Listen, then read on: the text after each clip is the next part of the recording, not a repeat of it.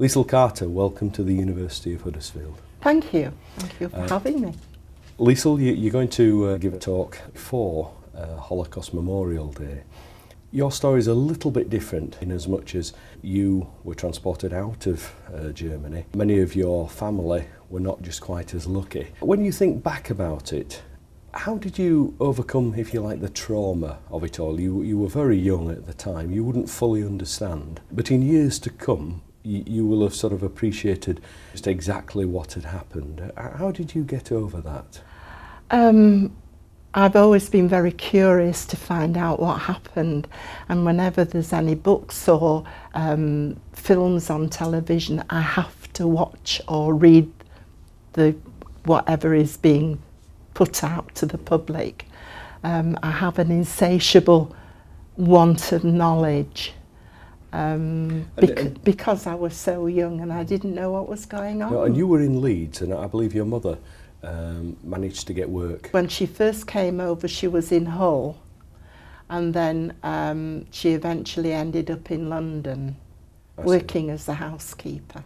And how did your mother cope with this well, total loss, really? Lost her husband, lost her family. That's a very hard question, because my mother was 45 when she had me, so there was a very big age gap, and we never really talked about things that had happened to her or to me.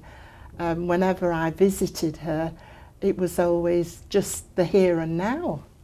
So she never talked about it? She never talked about it, which I'm sorry that she didn't as I got older, because I know nothing about my father's family. I know nothing about my grandparents and possible aunts and uncles on my father's side. Because you have, it's only in very recent years, I believe, that you found out what happened. Yes. To many of your family. Yes, yes. And that's left its scar again in yes, a different it way. Has, yes. Well, where other people had aunts and uncles and cousins, I had none except for one cousin who is now in America, and I always felt very deprived, and I wanted a family. And does it still upset you when you think about your No, family? because I have two lovely daughters, and I have grandchildren and a granddaughter, great-granddaughter. So the family is very important to me. Understandably, because you lost so many of them. Yes, yes. How did you find out what had happened to them? Partially through my cousin, my one cousin who lives in America. She's 8 years older than me, so she knows more about what happened to some of the members of the family, not all of them. And when I started really delving into the family history, she gave me what information she'd been able to find out. And I mean, it was awful what did happen to your family. Yes. Very sad, in fact. Yes, yes. Have you found it in yourself to forgive those that obviously brought this on your family, on you?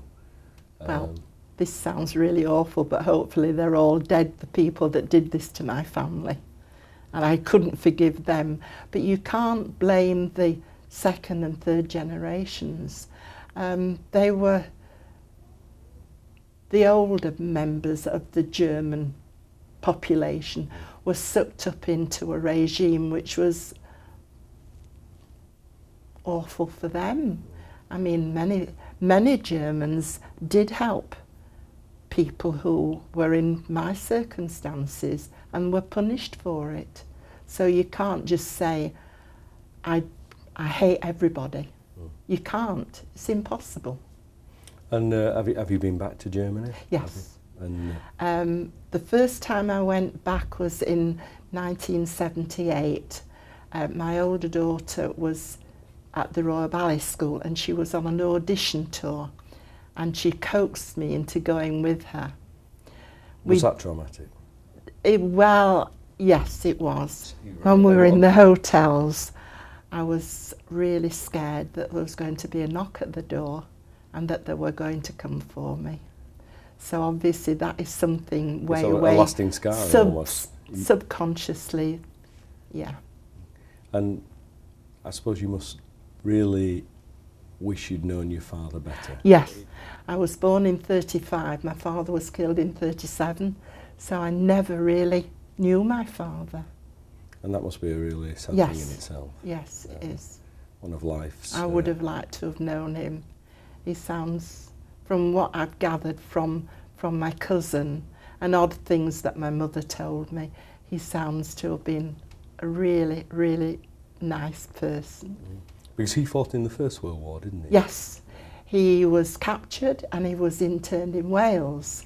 My father was an interpreter, he spoke 3 languages, and he was decorated, which seems a bit ironic because my husband's father fought in the First World War on the other side.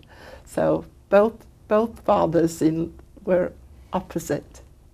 But he did have a very big love of England. He wanted to come to England when Hitler came to power, but my mother didn't want to move. And today you're going to speak to an invited audience, yes, for Holocaust Memorial Day. Yes. It must be, do occasions like this bring it all back to you? Have you done that many that you're used to doing it? I am used to doing it. I've spoken to ladies' luncheons and schools and various other groups, and I just feel that people do need to know.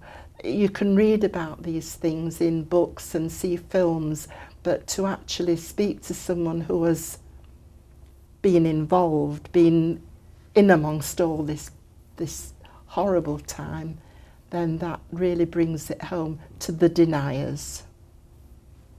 Leisel Carter, thank you very much for coming to the university today. Thank you. The University of Huddersfield, inspiring tomorrow's professionals.